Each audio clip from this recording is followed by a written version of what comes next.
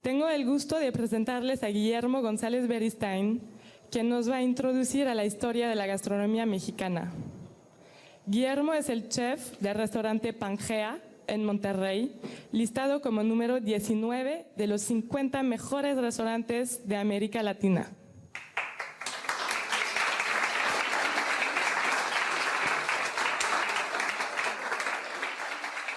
Buenas tardes, muchas gracias. Es realmente para mí un gran honor estar aquí. Hace 25 años trabajaba yo en Francia, en varias cocinas, no en las mejores condiciones legales, pero fue sin duda un país que me marcó profundamente, y estar el día de hoy de vuelta aquí para mí es muy significativo. Me hubiera encantado hacer la presentación en francés, sin embargo aprender francés en una cocina no es lo mejor, entonces es muy limitado mi francés. Sin embargo, vamos a hacerlo en español. Si tienen alguna duda, por favor, no tengan preocupación en preguntarme. Lo que vamos a hacer es hablarles muy brevemente sobre una introducción de la gastronomía mexicana, grandes rasgos. Vamos a hablar un poco de los ingredientes que son característicos y el por qué. Y vamos a hacer 3 platillos que tenemos o que hemos tenido en algunos de los restaurantes en Monterrey, y van a poder probar alguno de ellos. ¿Ok? Entonces vamos a empezar con una presentación que tenemos en las pantallas. Si alguien no las ve, ¿se ve algo en la pantalla, perdón? No. Bueno, entonces vamos a hablar un poco de la cocina y la tradición de la comida mexicana, ¿no? Yo creo que lo importante es, para entender la diversidad cultural de un país, necesitamos siempre empezar por su gastronomía. Yo creo que la riqueza de la gastronomía de cada país nos va a decir un poco de cómo es el país y el por qué. Siempre he dicho que la forma que tiene el país de México es como un cuerno de la abundancia, una cornucopia. Es un país muy, muy rico en muchísimos aspectos. Alguna información básica: la cocina mexicana ha existido por más de 10,000 años. A lo largo del tiempo, los ingredientes, técnicas de cocina y platillos se han ido transmitiendo de generación en generación. La mejor escuela de cocina en México son las casas. Yo siempre he dicho que la mejor comida mexicana tradicional está en las casas, no necesariamente en los restaurantes. México es un país que ha sido influenciado por muchísimas culturas del mundo, no nada más la española como a veces creemos, ¿no? Tenemos gran influencia española, africana, de Medio Oriente y de Asia. Eso es un tema muy importante para nosotros. En el 2010 la UNESCO reconoce a la comida mexicana como parte del patrimonio cultural inmaterial de la humanidad. Y bueno, para la gente que no tenga claro cómo es el mapa de México, este es el país el día de hoy. Se fijan, es un país que está, por ambos lados tenemos agua. Tenemos el Golfo de México, tenemos el Golfo de California y tenemos el Océano Pacífico, lo cual nos da una gran riqueza de productos de mar. Tenemos al norte Estados Unidos, al sur tenemos Guatemala y Belice. Tenemos una gran diversidad de climas. Por lo regular son climas más cálidos y más templados que fríos. Sin embargo, en algunas ciudades del norte tenemos a veces condiciones climáticas más frías. Hay todo tipo de ecosistemas en el país. Tenemos desiertos, tenemos bosques, tenemos costas, tenemos montañas, selvas, ríos, lagos, volcanes y manglares. Y todo esto contribuye a la diversidad de productos que se encuentran en el país. Es un país con un gran número de diversidades. Tenemos el 10% de diversidad del mundo. Tenemos más o menos 200,000 especies. Tenemos varios ingredientes que son endémicos del país, muchos de ellos que son muy famosos, otros no tanto. Creo que el más importante o el que mejor ha viajado por el resto del mundo ha sido el cacao, el tomate o el jitomate y la vainilla. El maíz es un ingrediente muy importante y que es un producto que es base en la gastronomía mexicana el día de hoy. Aquí tenemos algunos ejemplos como el maíz o el elote, el tomate, algunos tipos de frijoles y algunos tipos de chiles. Otro tema bien importante en México son los quelites o las hierbas. Antiguamente se comía menos proteína que el día de hoy, mucho menos proteína. Los indígenas, sus salsas o sus moles estaban basados, muchas de ellas, en hierbas. Y ejemplos de quelites, hay más de 400 quelites en México, pero algunos de ellos son la cebolla silvestre, el cilantro, la verdolaga, los berros, en fin. Hay una variedad de flores comestibles también, como los cabuches o el amaranto. Frutas tenemos muchas frutas tropicales como la guanábana, los mangos, las guayabas, las papayas, las tunas, los cabuches, plátanos obviamente también. Muchos de ellos otra vez de climas tropicales, ¿no? Otros productos que son también muy importantes son tubérculos como papas, camotes, y ya mencioné el cacao, el café, algunas especies, jícamas y vainilla otra vez, ¿no? Una gran variedad de hongos también son encontrados en México, sobre todo en la parte del centro del país, donde tenemos condiciones climáticas muy húmedas, de mucha lluvia, que justamente en estas fechas de ahora son muy común encontrar hongos como escobetilla, huitlacoche, las morillas, yemitas, en fin. Quiero nada más parar un segundo en huitlacoche porque pudimos traer un ejemplo de esto. El huitlacoche es un hongo que afecta el maíz y al afectar el maíz se producen granos que son inmensamente grandes y de color negro. Y tenemos un producto como esto, ¿no? En algunas ocasiones se le llama esto la trufa mexicana. Es un producto que tiene un sabor muy peculiar, a veces difícil de comparar con otra cosa, a lo mejor un poco húmedo, sabores a tierras bien complejos. Y con esto se hacen grandes guisos, quesadillas, tacos, en fin.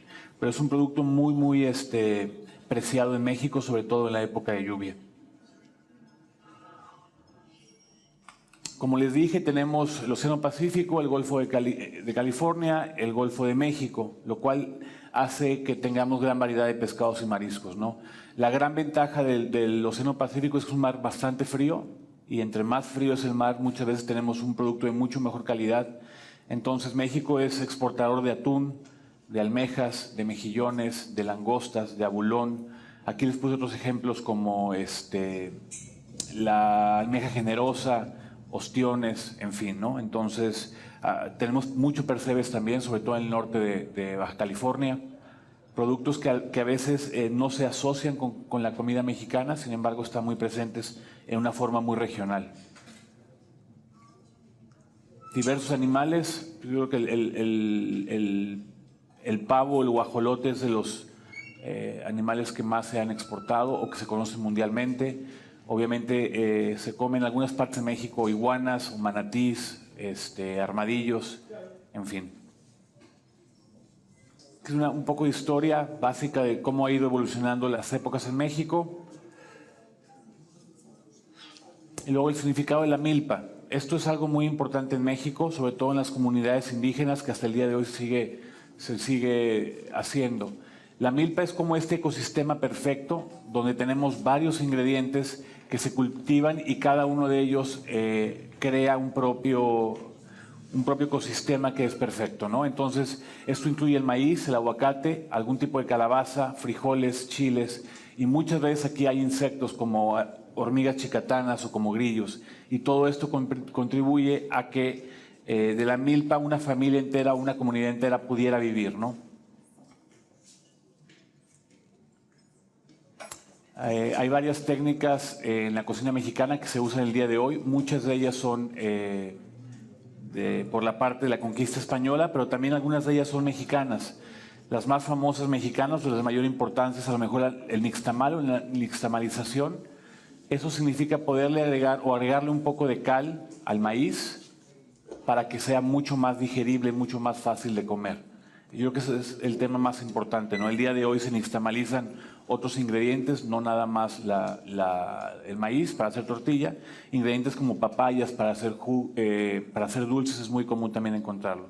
Tenemos los reventados, un ejemplo fácil es a lo mejor el amaranto, que se tuesta y se revienta o explota, un poco como las palomitas también. Tenemos los tatemados, que son los quemados, los chiles se queman, las tortillas se queman y imparten sabores peculiares a la hora de cocinar. Tenemos también los enchilados, rescaldos, que es cuando cocinamos en ceniza o en carbón directamente. Y obviamente tenemos la influencia española que se usa el día de hoy, como los hervidos, ahumados, deshidratados, fermentados, rostizados en horno de leña o a lo mejor en caldos con piedras calientes. México fue conquistado por los españoles en 1521 y eso trae una serie de productos o una gran cantidad de ingredientes que no eran conocidos en México y que el día de hoy se han adoptado y son gran parte de ellos, ¿no? El cerdo, la carne de res vienen con los españoles, gran parte de los platillos tradicionales tienen carne de cerdo. Hernán Cortés fue la persona que conquistó, llega a través de Yucatán. 1810 México se independiza de España y viene una serie de movimientos tanto de gobierno como geográficos. Eso es un mapa de cómo era México hace poco tiempo, en el siglo XIX. Era prácticamente la mitad de Estados Unidos y un poco de Centroamérica. Por eso hay tanta influencia de comida mexicana o de ingredientes mexicanos tanto en el norte como en el sur de México. Y bueno, por medio de guerras, de compras y ventas y adquisiciones se fue reduciendo el territorio a lo que es el día de hoy. Para algunos es un ogro, para otros es un salvador. Creo que tuvo cosas buenas y cosas malas. Sin embargo, en la parte de gastronomía fue muy importante porque dejó entrar a una gran cantidad de migrantes y sobre todo una gran influencia tanto de la cocina francesa como de ingredientes franceses en México que el día de hoy se siguen utilizando. Las principales regiones gastronómicas de México, tenemos aquí 6. El Golfo de México, que son estados como Veracruz, como Tabasco. Tenemos la 2, que es la Meseta Sur, que es un poco como Guerrero, Oaxaca. 3, Océano Pacífico Norte, que es Nayarit, donde están ciudades como Puerto Vallarta, para que se ubiquen un poco más, Colima también. Número 4, la península de Yucatán, que en mi opinión es una comida muy, muy distinta. Es bien ajena al resto del país. Una zona que era habitada por los mayas. Tenemos ciudades ahí como Mérida, como Cancún, Quintana Roo, el estado.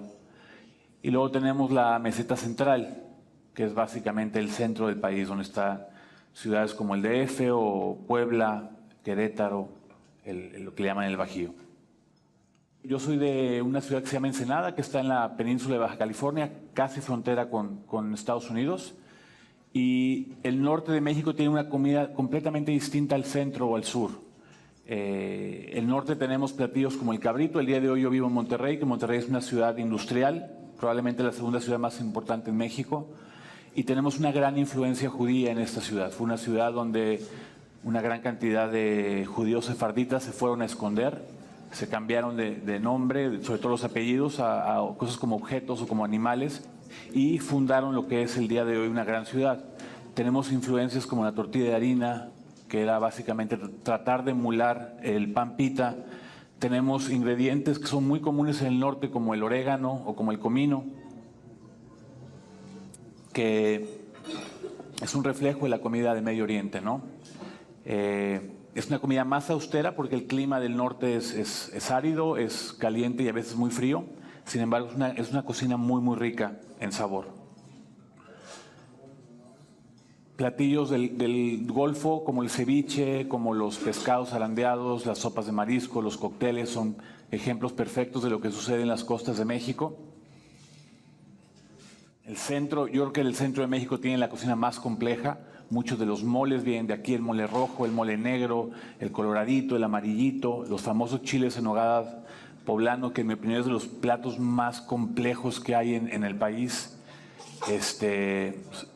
Algo de insectos, como los gusanos de maguey. Trajimos aquí un poco de insectos.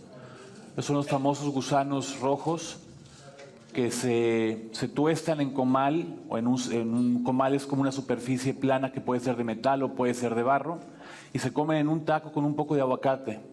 Son bastante crujientes y tienen un olor muy peculiar a la penca del maguey, si quieres pasarlos para que lo huelan. Trajimos también un poco de chapulines. Los chapulines son típicos tanto en Puebla como en Oaxaca. Estos se tuestan también con un poquito de sal y un poco de limón. Y no quiero decir que la comida mexicana está basada en insectos, ni mucho menos. Sin embargo, son cosas que son muy sabrosas y créanme que son bien, bien saludables.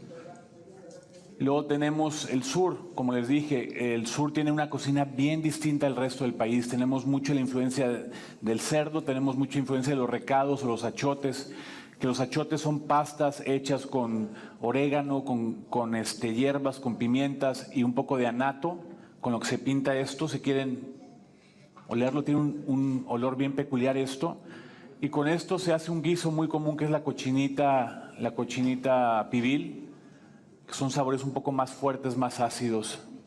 Y bueno, tenemos aquí algunos ejemplos de la cocina mexicana el día de hoy, ¿no? En México, durante generaciones y generaciones, muchos de los chefs que eran relevantes en el país eran extranjeros, muchos españoles, muchos franceses, muchos italianos, y no había una gran cultura de cocineros mexicanos. Sin embargo, eso ha cambiado dramáticamente en los últimos 15 o 20 años. Yo creo que yo soy uno de estos cocineros que decidió ser cocinero por pasión, y el día de hoy México está cambiando en la forma en que se cocina, ¿no? Hay un gran interés por sentirnos orgullosos de nuestra cocina. A lo mejor antes la comida mexicana estaba relegada en las casas o en ocasiones mucho más cotidianas, y cuando se celebraba en un restaurante de comida extranjera, muchas veces francesa o española, ¿no? El día de hoy los mejores restaurantes de México son de comida mexicana.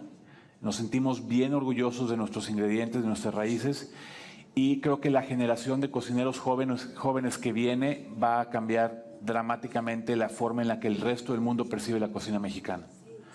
Entonces tenemos cosas que antes a lo mejor un cocinero mexicano no se atrevía a hacer, ¿no? Y hacemos ahora un callo de hacha con un poco de foie gras y un puré de elote rostizados y unas perlas de chipotle, ¿no?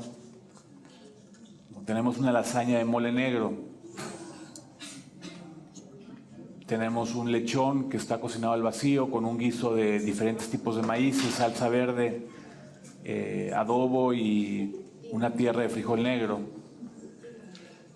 Guacamole, que a lo mejor le ponemos manzana verde o le ponemos granada, no el guacamole tradicional, y un poco de virutas de chicharrón y un poco de aceite de olivo, ¿no? Cosas muy sencillas pero que enaltecen el producto.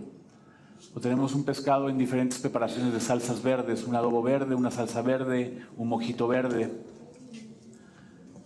O tenemos una panza de cerdo rostizada con un poco de callo de hacha y un poco de puré de calabaza y un adobo huasteco. Unas flautas muy sencillas de pollo. Un cabrito que tenemos en el restaurante en Pangea con una salsa de hongos porcini, un puré de coliflor y un poquito de trufa blanca. Tenemos un mole con mole de dátiles, con pato rostizado y un puré de zanahoria en escabeche. Entonces son ejemplos de platos que suceden el día de hoy en México, ¿no?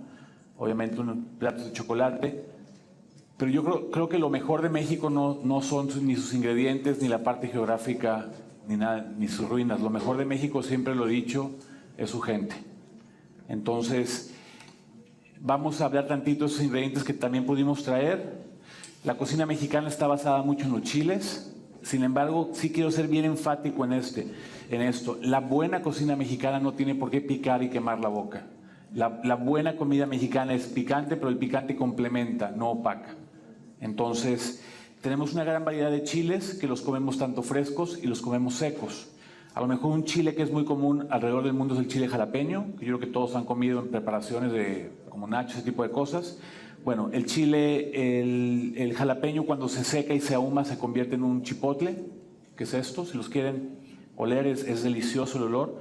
Y tenemos también un tipo de jalapeño que es de otra región que se llama chile morita, ¿no? Que son estos chiles bien complejos. Obviamente si se usa en exceso pica muchísimo, pero si no, realmente enaltece cualquier platillo, ¿no?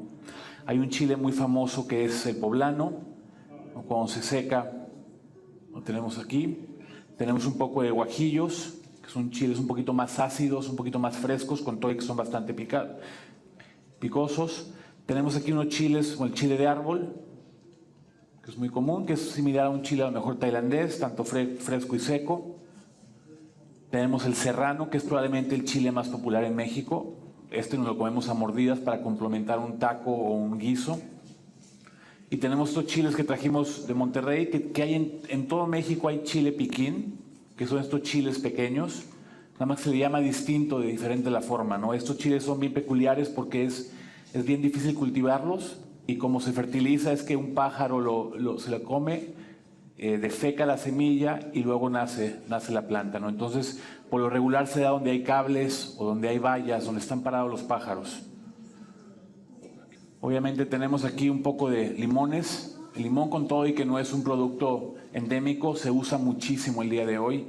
A los mexicanos nos encanta terminar las cosas con limón, los tacos, el pescado, el marisco, incluso un pedazo de carne, le exprimimos limón, ¿no? Nos gusta muchísimo la acidez, es algo mucho del paladar mexicano.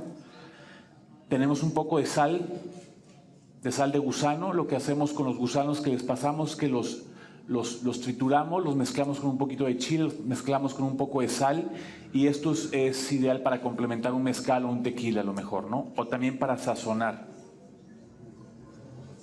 Bueno, tenemos chocolate. El chocolate mexicano tradicional tiene mucho más azúcar que un chocolate europeo.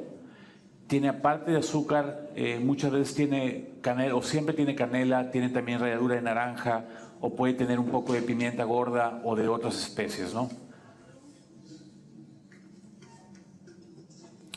Y bueno, no sé si tengan alguna duda sobre eso. Obviamente también trajimos tortillas. O no las trajimos, son de aquí estas, ¿verdad? Estas no las trajimos.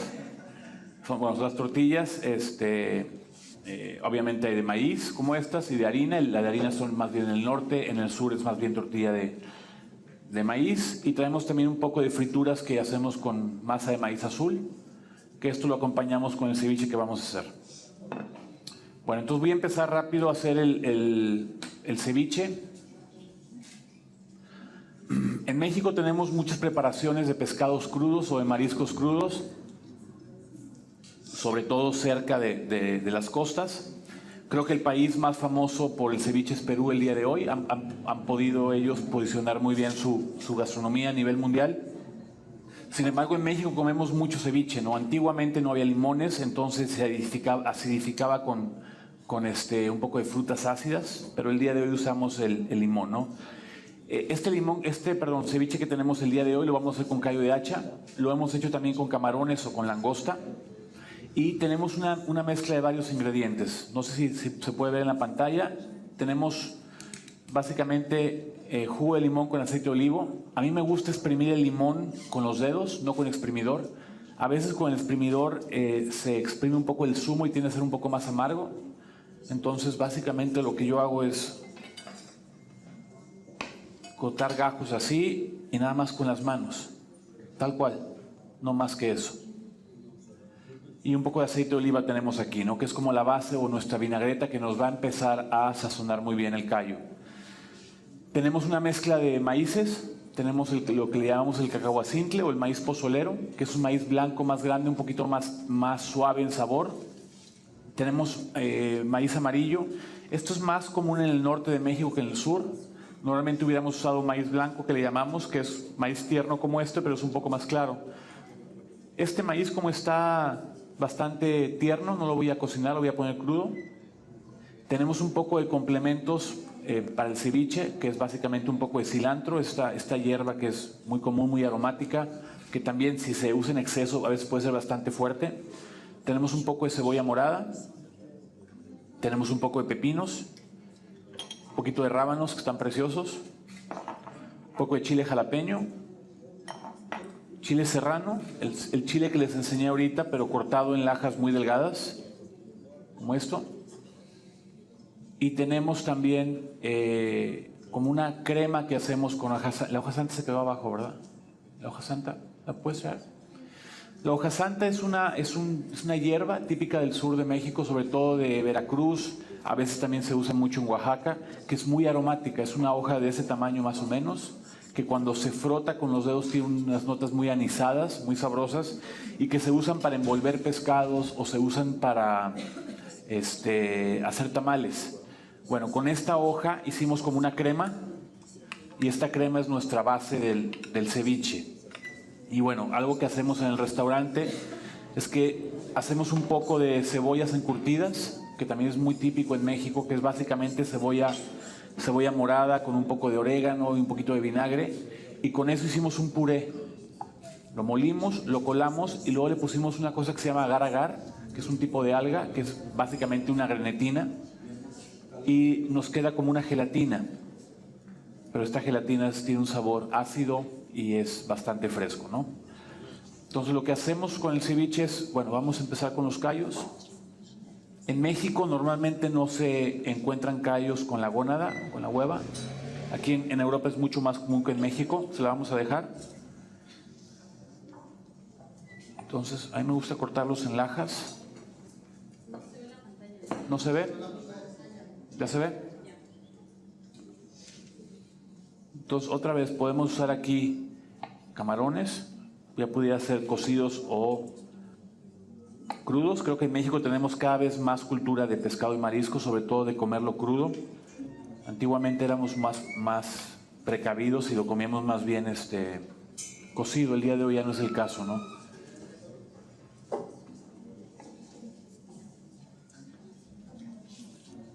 Entonces, a mí me gusta marinar esto con un poco de limón, que les dije, pero a lo mejor marinarlo 5 minutos o cuando mucho 10, ¿no? No quiero tampoco cambiarle muchísimo la textura ni la consistencia al callo, ¿no? Sobre todo que está bien bonito. Siempre le pongo un poco de sal, un poquito más de esta vinagreta que hicimos, y le voy a poner un poco de las hojas de cilantro.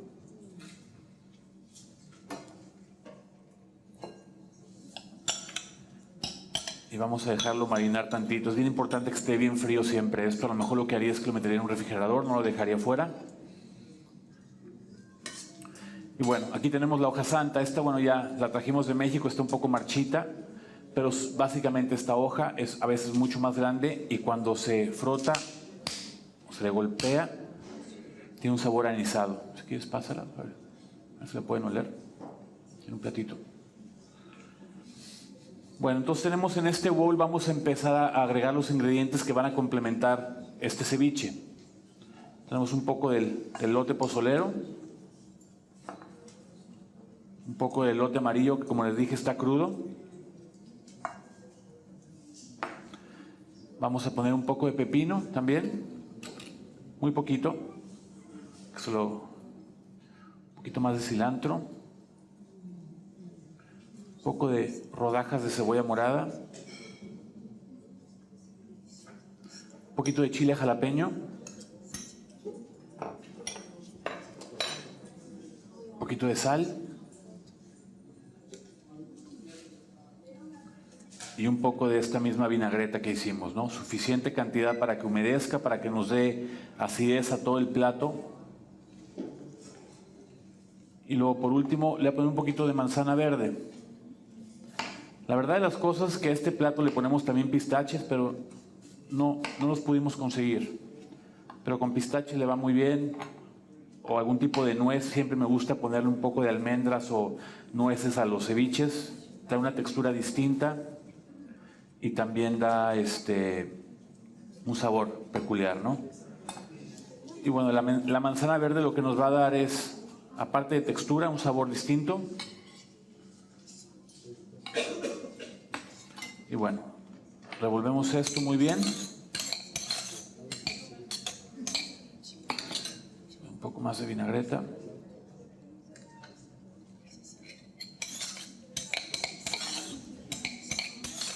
Y eso está listo. Entonces tengo mi plato. Y lo que vamos a poner en el plato es primero un poco de esta crema de hoja santa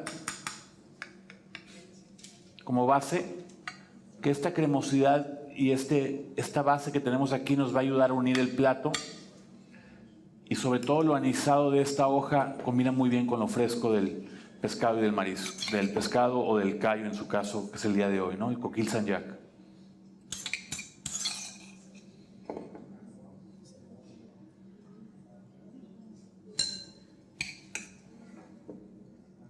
Normalmente los ceviches en México es comida de la calle. Se comen en una tostada. Una tostada es básicamente una tortilla que está frita y encima se le pone el ceviche, ¿no? O se comen en vasos, literalmente en vasos de plástico un poco más grandes, mezclados con a lo mejor un chile ya sea chile fresco o algún tipo de chile de bote, una salsa como Valentina o búfalo, que es mucho el gusto del mexicano, ¿no? Lo que hacemos es que acomodamos este callo en la parte de arriba.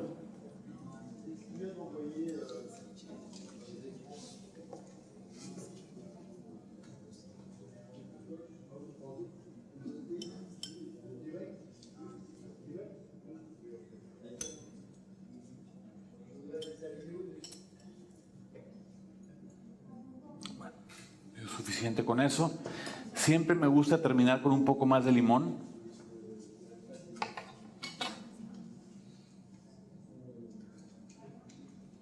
Y siempre le pongo un poquito más de sal encima.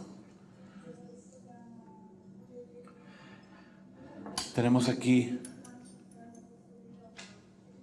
este rábano.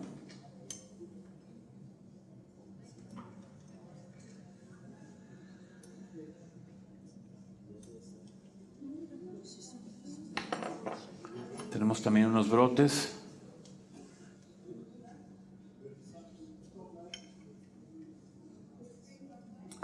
Y luego tenemos también chile serrano en rodajas. Esta rodaja está bien delgadita.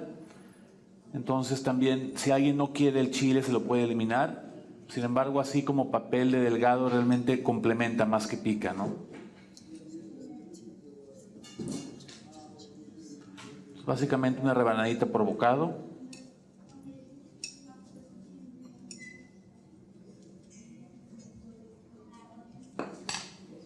¿Se acuerdan de lo que les dije de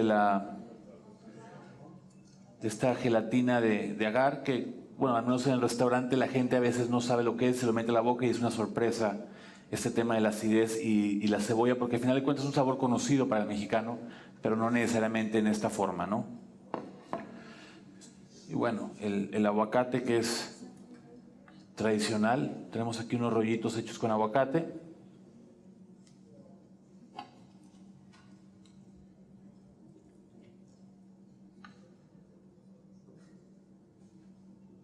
Y terminaría con un poquito más de aceite de olivo, que es lo que está en la parte de arriba.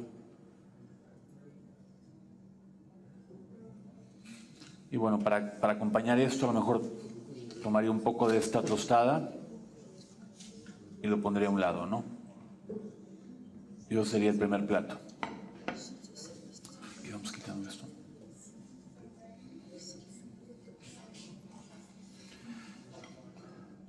¿Alguien tiene alguna duda? ¿No? ¿Así de bien o así de mal? La crema es básicamente como una mayonesa muy ligera con aceite de olivo. La hoja santa la cocemos en agua caliente, la blanqueamos unos segundos, la enfriamos y luego lo licuamos. Se puede hacer con cilantro, se puede hacer con epazote también y funciona muy bien. Los brotes son de aquí. Creo que son tréboles, no estoy seguro. Saben como trébol. ¿Okay? Pero pueden ser brote de cilantro también, o pueden ser algunas flores, o puede ser nada. Este tema de las flores está muy de moda, entonces.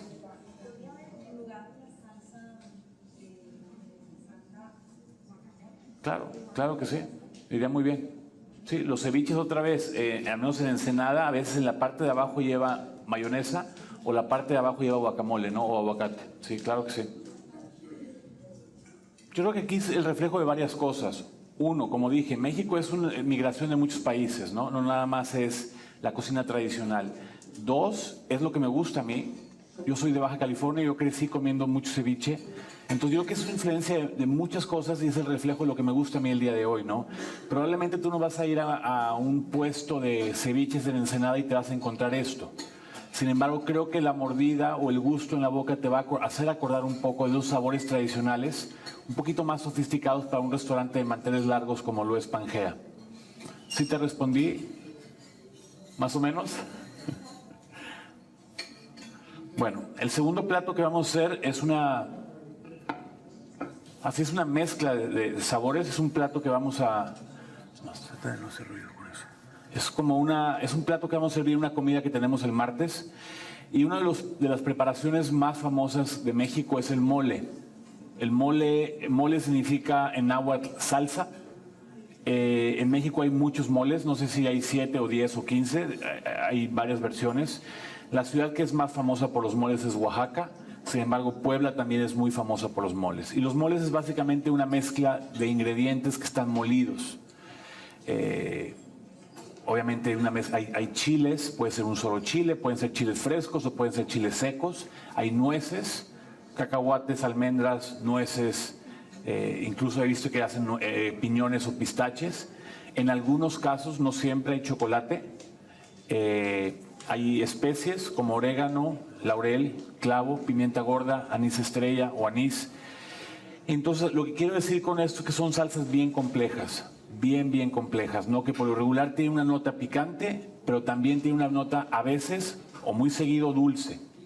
Tenemos también frutas en estos moles, ¿no? Hay unos moles que llevan frutas secas como pasas, dátiles, ciruelas, pasas, y hay unos moles que llevan más bien frutas frescas, como manchamanteles, ¿no? Que se le pone plátano, se le pone piña o se le pone en su caso durazno, ¿no?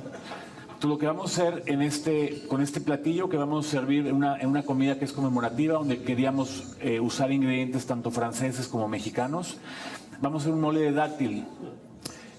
Por cuestión de tiempo tenemos el mole ya hecho, pero es un mole coloradito básicamente, que tenemos chiles secos, tenemos muchas nueces, tenemos un poquito de canela, también tenemos un poquito de, más dile que no agarre, de piloncillo, y tenemos dátiles. ¿Y por qué dátiles? Porque en Monterrey hay una gran influencia árabe y se come muchísimo dátil. Entonces, y también se cultivan muchísimo en el norte de México los dátiles. Entonces vamos a hacer este mole que es picante, que es ligeramente dulce, y creo que los dátiles lo hacen un poquito más complejo. También vamos a hacer una salsa de foie gras. Todos los que están sentados aquí saben lo que es foie gras. Y el foie gras es un producto que es ajeno a México, que antiguamente o hasta el día de hoy se consume solamente en restaurantes de comida francesa o comida muy clásica. Y lo que hicimos fue básicamente tomar un poco de foie gras y hacer un puré con un poco de hongos de temporada, y nos queda una salsa ligeramente espesa, suave, pero con un dejo bastante interesante de foie gras, ¿no? Nuestro mole que tenemos es el mole de dátiles, que aquí lo tienen, que es una salsa bastante ligera también. Y tenemos una pechuga de pato. ¿Está caliente el sartén ya? Sí. Súbeles. Vamos a empezar a sellar la pechuga. Está caliente. Espera que se caliente un poco más. Los otros ingredientes que tenemos con este plato tenemos guayaba. En México las guayabas son mucho más pequeñas, a lo mejor de ese tamaño, son circulares, mucho más circular que eso. Esto pareciera otra fruta, pero sin embargo es guayaba, y es un poquito más dulce que esta. Aquí está un poquito más ácida.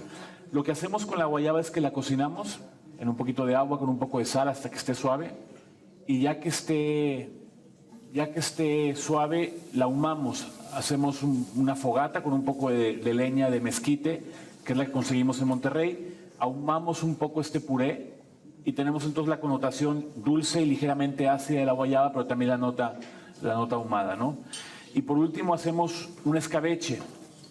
Escabeche es esta preparación clásica tanto francesa como española que se hacía para preservar productos. Puede ser un escabeche de verduras o puede ser un escabeche de sardinas o un escabeche de pollo en su defecto, ¿no? Entonces básicamente una preparación que tiene un alto contenido de vinagre y algún tipo de hierba aromática como el orégano en este caso. Entonces tenemos este ingrediente dulce que es la guayaba con un poco que contrasta con el mole, pero también tenemos un dejo ligeramente ácido que nos ayuda a limpiar el paladar, que nos da la zanahoria en escabeche, ¿no? ¿Cómo van ahí abajo? ¿Sí? Bueno, entonces estamos sellando el pato. Lo que hacemos con el pato es que tomamos un cuchillo y previamente marcamos la piel, no hasta llegar a la carne, solamente antes de la carne, y eso nos va a ayudar a la hora de sellarlo a que se drene un poco más rápido la grasa y tenga una cocción un poco más pareja. Lo sellamos por ambos lados, tratando de que esté más tiempo sobre el lado de la piel, para que la piel quede lo más delgado posible y quede un poquito crujiente, ¿no? Voy a empezar a adelantarme con esto. Ustedes van ahorita a probar este plato, están terminando de cocinar el pato ahí abajo, y ahorita vamos a emplatarlo aquí. Entonces, lo que hacemos con el mole es que este mole obviamente está caliente, es un poquito más ligero de lo que normalmente sería el mole. ¿Quieres calentando esto? Tenemos la salsa con los hongos y un poco del foie.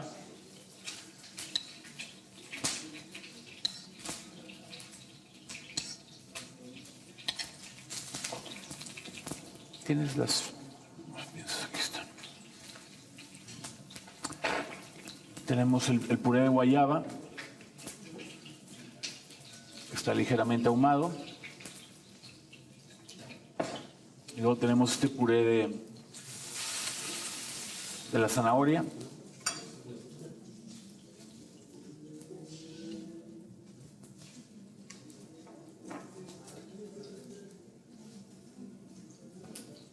No, todavía no te van. Te falta un poco todavía.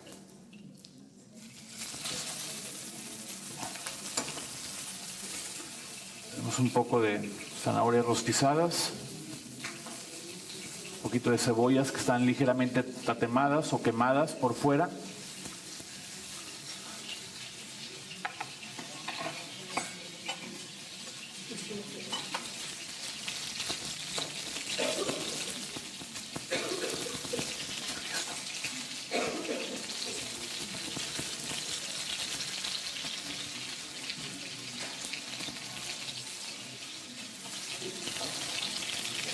Entonces, fijan cómo la piel se marca muy bien. Lo que haríamos normalmente en un restaurante o en una cocina, en una casa, es que esto lo metería en un horno. Entonces, en un horno tengo una cocción mucho más pareja, mucho más suave, y de esa manera evito que se me vaya a quemar la piel o la carne. La otra cosa que hacemos es cuando sacamos una pieza grande como esta pechuga que es grande o un trozo de carne grande del horno o del sartén, lo que hacemos es dejarlo reposar un ratito, a lo mejor 5 o 7 minutos, para asegurarnos que los jugos se vuelven a integrar en toda la pieza de carne. Si lo corto inmediatamente, por lo regular tengo mucho más jugo que se drena en la tabla o incluso en el plato, ¿no? A lo mejor esta pechuga va a estar un poco más cruda de lo que normalmente la cocinaríamos.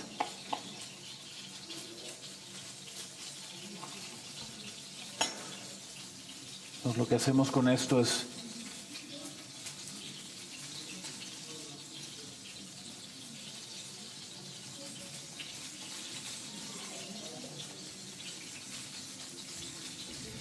ponemos un poquito de sal y bueno, y esto lo serviríamos con un poco de tortillas, ¿no? Tortillas pequeñas, recién hechas.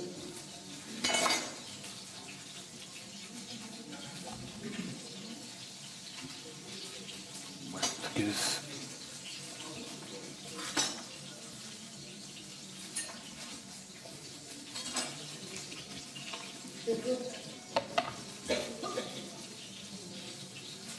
Y bueno, por último voy a hacer un postre que es realmente sencillísimo, ¿no? A lo mejor el pato no lo van a hacer en su casa, pero estoy seguro que el postre lo tienen que hacer.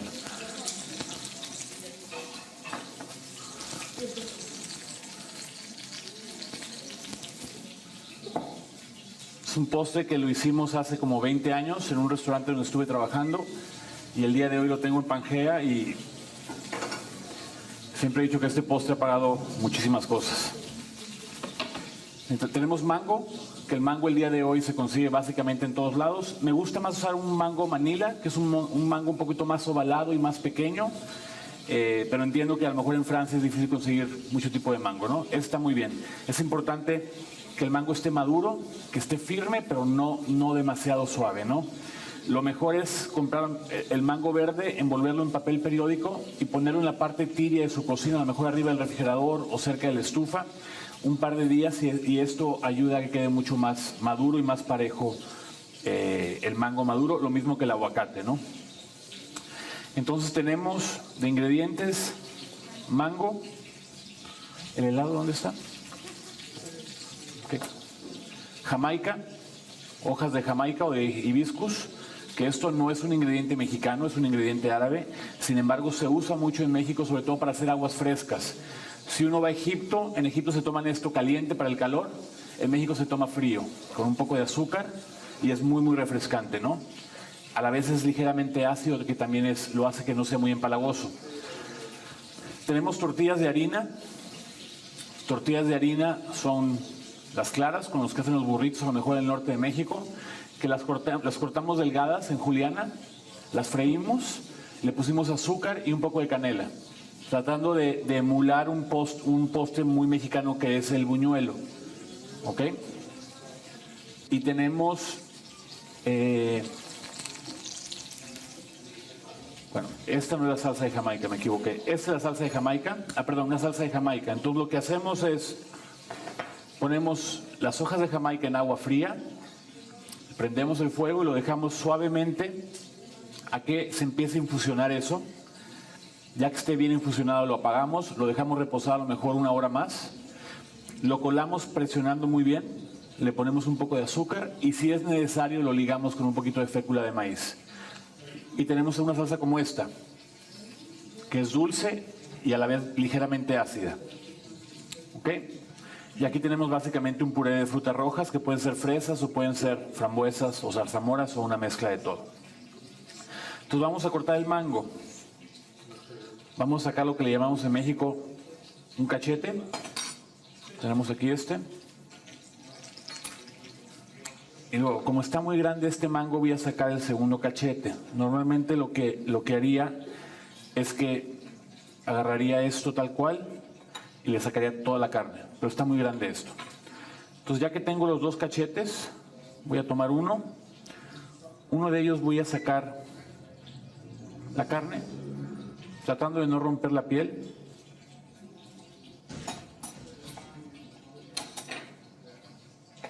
Y voy a cortar esto en cubos.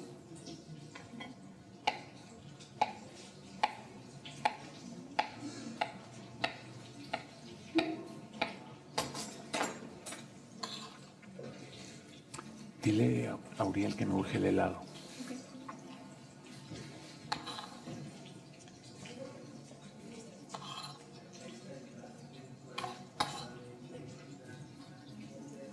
Ok. Entonces tenemos esta base ya rellena del mismo mango que está picado, entonces es mucho más fácil comerlo así. Con la otra mitad lo que voy a hacer es tratar de hacer lo mismo que hicimos con la piel del pato, que es cortar sin llegar a la piel, sin cortar la piel.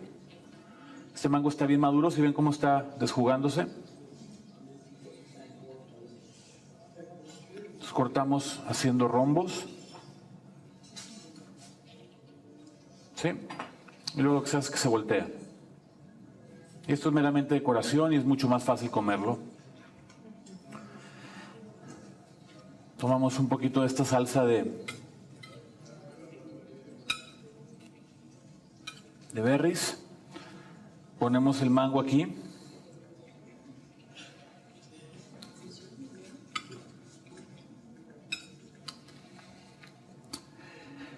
Y tenemos helado de coco. Hacemos en el restaurante un helado de coco tostado. Aquí no conseguimos helado de coco, lo que hicimos fue comprar helado de vainilla y le mezclamos coco tostado. Es muy sencillo, nomás sáquelo tantito antes del congelador a que se suavice un poco y luego se le mezcla el coco. ¿El coco lo trajiste?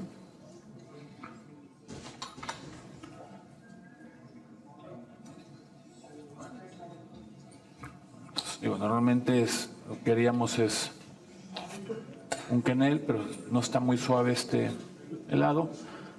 Bueno, haríamos un quenel un poquito más bonito que este.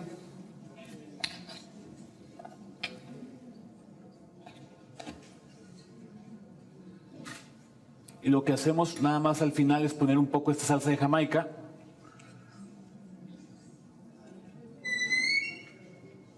Que también hemos hecho esto con salsa de tuna roja. La tuna roja es la fruta del cactus o del nopal y que también es ligeramente ácida, ¿no? Y también lo hemos servido en lugar de usar helado, lo hemos hecho con un sorbete o con una nieve de agua, ya sea de guanábana o de mango o de fruta de la pasión. Y le ponemos encima un poco de estos buñuelos o emulando los buñuelos, que es la tortilla frita, que es muy sencilla, y tenemos un poquito más del coco encima, ¿no? Entonces, creo que sí lo pueden hacer en su casa, ¿no? ¿Le falta mucho a Ocho? ¿Y dónde está? Pues ve tirando los platos de una vez. Bueno, ¿alguien tiene alguna duda? ¿No? Bueno, esos son los 3 platos que hicimos. Espero que pronto les podamos dar a probar el otro. Ya están cocinando el pato abajo, pero ya viene para acá. ¿Tienen alguna duda? Quitar esto de aquí. Sí. Hojas de Jamaica, agua, azúcar y un poquito de maicena. Nada más. ¿Les dieron recetas? No.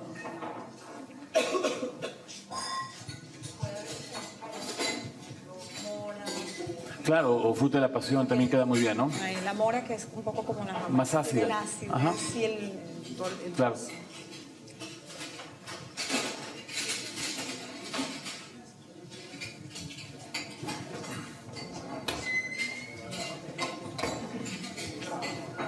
¿Las salsas dónde están?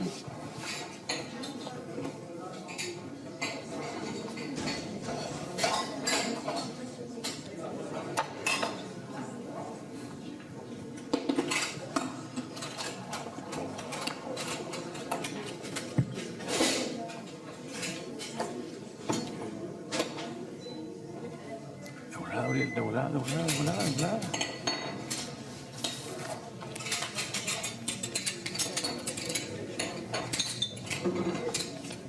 Merci Guillermo pour cette superbe masterclass. Gracias, Guillermo. Nous allons maintenant